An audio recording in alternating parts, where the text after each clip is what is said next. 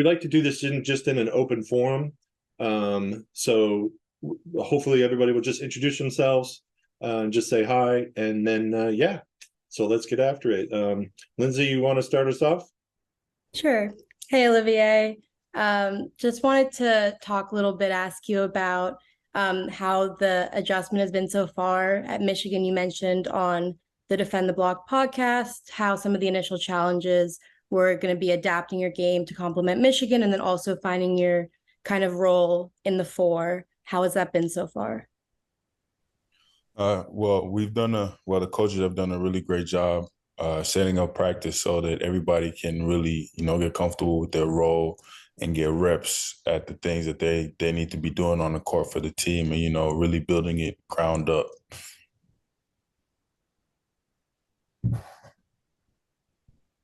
Again, guys, we'll just do the open forum. So whoever, just jump right in, please. Sure. Olivier, hi, it's Alejandro. I'm with 24/7. You mentioned on that podcast that when you were being recruited by Michigan, you really liked what, Coach Juwan and the others said you'd be able to take your game to at Michigan. In what ways do you feel like your role at Michigan would be different, say, to what you did at Tennessee? I just feel like in the offense that they run here with a guy like Juwan, I'll be able to, adapt my game, still do many of those things that I was doing at Tennessee, but also adapt my game to a more NBA style offense, get to run plays from different positions and then just ultimately play, in a bigger role, I feel. I know that considering the NBA, like that was one of your off-season, that was one of the things you were considering this off-season.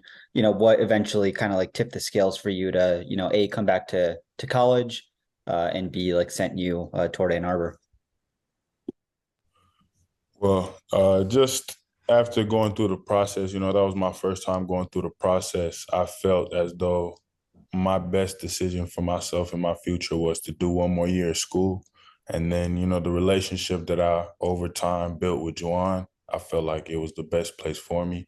And then there was already a connection between me and Coach Martelli, who had been here for a couple of years. He recruited me in high school. So I just felt like this was a place and people who I could really connect with and have a great situation.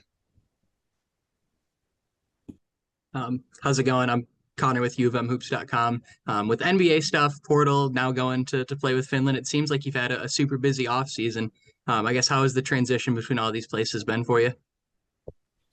I hate to say, but it's nothing really new. I've always kind of had to be on the move a little bit in certain times of my life, so I'm not too, it's not too new to me. But it's been nice. I've been in Ann Arbor for a month, and it's been really nice. I got to meet everybody. I got to get in the flow of things, and you really settle in. And even throughout the process, I had 2 weeks to spend at home just with my family. So I've had time to settle down as well. But I have been on the move, and I'm gonna go to Finland, and I'm gonna have a good amount of time first in just Finland, Helsinki, where my mom is. So I have time with family while I'm also able to work on my game. So really, I've been blessed to be able to put in places where I have family and the ability to play basketball. So that's made it really easy for me to settle in everywhere. Olivier, a lot of things were reported during your recruitment. I guess, how did you end up at Michigan? What made Michigan the choice? Yeah, recruitment was a little bit of a crazy process. My visits, 2 of them I took before the deadline and then 2 I took after. And, the whole time I was still kind of figuring out the whole NBA thing. I really did wait till the last minute to make that decision. And then once it was time to focus on college, I did. And I didn't really talk to anybody except, people in my circle about it and schools directly. I don't even have Twitter, so I would open it up on my Safari sometimes and notice that there was a lot of stuff going around. But, Michigan was the choice for me just because, like I said before, the relationship with, Coach Juwan and Phil Martelli, and then I got to meet the other coaches. And now, after having those early conversations with the players, I really connected with the players. So I feel it was just the best choice. Sometimes you can't just do things based on, facts and numbers. Sometimes you also have to just kind of follow what you feel it might be the right choice for you. And, sometimes you just have to trust in people more than all the other stuff. And I feel like here's a great place for me to grow as a person with the people around me. And you mentioned connecting with the other guys, but a lot of them that we've talked to this offseason have talked about the culture, how they need to reestablish that. I mean, what's your view a few weeks in of the culture and what you guys are trying to build for this season? I can definitely respect them saying that the culture needs to be reestablished. A lot of those guys are young. Last year was their first year here, and that's all they know. But at the same time, Michigan does have great culture, and the culture doesn't just go away, because of a bad year. Culture is something you build through time, and then it's about how you bounce back. And it's about how you continue to keep doing things consistently every year, every month, every week. It's not something that can be built in a day, and it's not something that's just going to go away in a day or a year. One bad year doesn't define the team and their culture. So I feel like we have a chance to, bring it back to what it's known for, and, just understand everybody has bad years. Olivier, hey, Andrew Kahn, we met outside Chrysler just the other day. Good to see you. Yeah, a couple things. Your experience playing with Finland. I saw you did it with the U16 team way back, and then you were part of the qualifier team for this tournament. Is that right? I guess, what were those experiences like? Yeah, so last time I played, before I played 2021, we went to Okinawa, actually, and Japan was qualified. They were part of the Olympics. I think it was 21 or 22 for my junior year. That was the first time I had played for the national team since 2016, like you said, because I had moved over to America in that, between that time span. So while I was over here early, I couldn't go and play. But the experiences with the national team have been great. Every time I've gone over there, it's a different kind of basketball a little bit. It's faster. But, you get to be around professionals, especially now that I'm going with the men's team. I get to be around professionals who know what they're doing. They've been doing it for years. And some guys are still my age, too. So I have different guys my age. Some are still in school, and others are playing pro, guys my age. So I just get to see, different players and how they approach the game and just learn from them. And then just get into a different environment and still, during summer, keep playing competitive basketball. So it's always great. I mean, a lot of people say putting on the jersey for your country is a little different than even, a college team or any other team. Can you speak to that, I guess? Yeah, when it really hit me was when I played my first game and my mom was in the stands wearing the Finland uniform, or the jersey, and how happy she was, and my family. I had a bunch of my family there. So it is a very different feeling, we're representing your country. Then last thing for me, there were like reports that, Olivier's down to Michigan in another school. And then the next day, Michigan not in play for Olivier. And then you committed. Like, were you following that? Or even if you weren't, I guess, can you speak to how those reports were getting out or yeah? Like I said before, I only spoke directly to schools. Okay. And there was some different conversations had throughout my recruitment process, but I only had them directly with schools. So anything that was going on Twitter, like I said, sometimes I would open up Safari and see some stuff that was on there, but I wasn't really paying attention to it too much. People would usually send them to me, but in the end, it was a couple of days where I spoke to coaches and I kind of told them I need some more time to mull things over, and then I made my decision. Thanks. Can you kind of break down what you're going to be doing for the next month with the international friendlies? And then can you elaborate a little bit more on that opportunity to go to the World Cup and play with, Team USA is loaded with NBA guys, Germany has NBA guys, Italy has NBA guys, just that opportunity to go up against some of the finest players in the world? Yeah, so I'm going to head home and we're going to have training camp first. And then after the first training camp, I think early August, we have 1 or 2 friendlies, then another training camp, 1 or 2 friendlies, and then one more training camp. And I think our last friendlies. And then we head over to Japan, Okinawa. And I mean, it's really just, getting to play at the highest level. At the end of the day, the best way I feel like of getting better at basketball is playing against the best competition. You can work on your game as much as you want, but iron sharpens iron. You have to really get out there and play and, be able to work and be able to, put in action the things you've worked on and see if you can actually do them.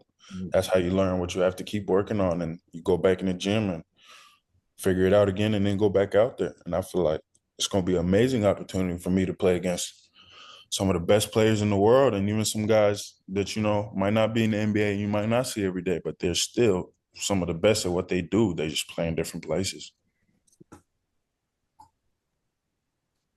Tennessee and Michigan, kind of different styles offensively. Then you played kind of the summer in the G League camp. That's another style. Now you're going to FIBA in a different style, different roles. Do you have like a role offensively that you feel most comfortable in, or a style of play that you think showcases your game most effectively?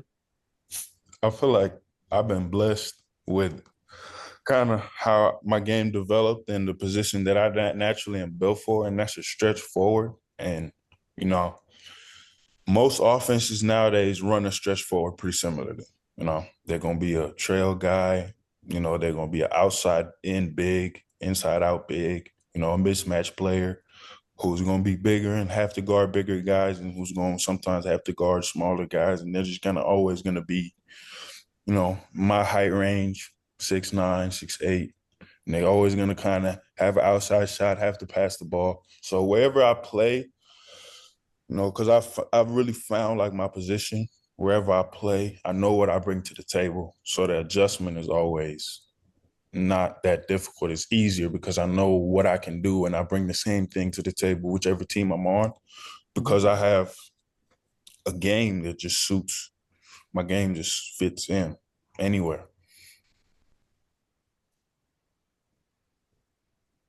Does anybody have anything else? I got one. Olivier, I know you didn't play, you were hurt, but what do you remember about the game against Michigan a couple of years ago? Obviously a great game. No, there's been many conversations had about that game. And I know what my answer to how that game would have gone if I played is, but I don't know if I want to say that anymore because now, I go to Michigan, but I guess the past is the past. And if I was to speak on the past, I just remember that if a specific person played, the game might have ended a little different. And there was a couple of problems on the Tennessee team that could have been, worked out. And the Michigan specifically attacked because of, a lack on that Tennessee squad. But, it was smart of Michigan to, game plan for what their opponent had. It was a good game. It was a great game. A lot of guys played well. A lot of guys, played very hard. Everybody played very hard. There were some guys had some struggles, but still, went at it on our team. There were some guys who couldn't, put the ball in the basket. Sometimes the shots don't fall. So they were, getting to it on the other end. There was a lot of guys on Michigan's team who stepped up, played a really hard game, made plays late in the game. Kennedy obviously played amazingly. And Hunter, everybody knows what Hunter did. So it was a great game. It was a great game, but it definitely wouldn't have ended the same if I played. That's fair. And then I know you've already spoken really highly about Doug McDaniel and Terrace Reed and some of the other guys on the team. What have you seen from those two specifically so far, maybe in the last couple of weeks that excites you about playing with them this season? For Terrace, I just feel like the best part about him is he's a guy who wants to learn. If you're willing to talk to him and you want to talk to him, he's going to listen and he wants to learn. He wants to get better, and he's just naturally talented. He just has an amazing physicality and can play on both ends of the floor. And then for Doug, what has actually impressed me the most about Doug is not his game. Even though his game is, he's really good. It's his mentality. He wants to be a leader. He wants to be a winner. And he knows he's the point guard, and he knows, he has to take on that role of being a leader, even if he's not, team captain or the oldest guy. As the team point guard, you're the engine who runs the team, and he knows that responsibility is going to be on him. And, if your point guard knows what he has to do, that's big. And that's really impressed me that he's mature enough to, know his job and know his role and know what he has to get better at. I guess when we're discussing teammates, right? Like, how do you plan with going overseas and playing with Finland? How do you plan to kind of stay connected with all the Michigan guys that you've made a relationship with in recent months? I mean, lucky enough, we got phones. That's really the best I can do. But lucky enough, I'll be able to call, FaceTime, in that group chats. But I'm only gone for a little bit over a month. And then once I come back, that's when the real grind. Like, this is summer grind and it's different for everybody. But, we're going to have all preseason and we're going to have a good amount of time to be in the trenches together and we're going to figure things out. So that's why I'm glad I was able to be here for this month. But yeah, there's not much I'll be able to do. I'll be really focused on my job over there at that time.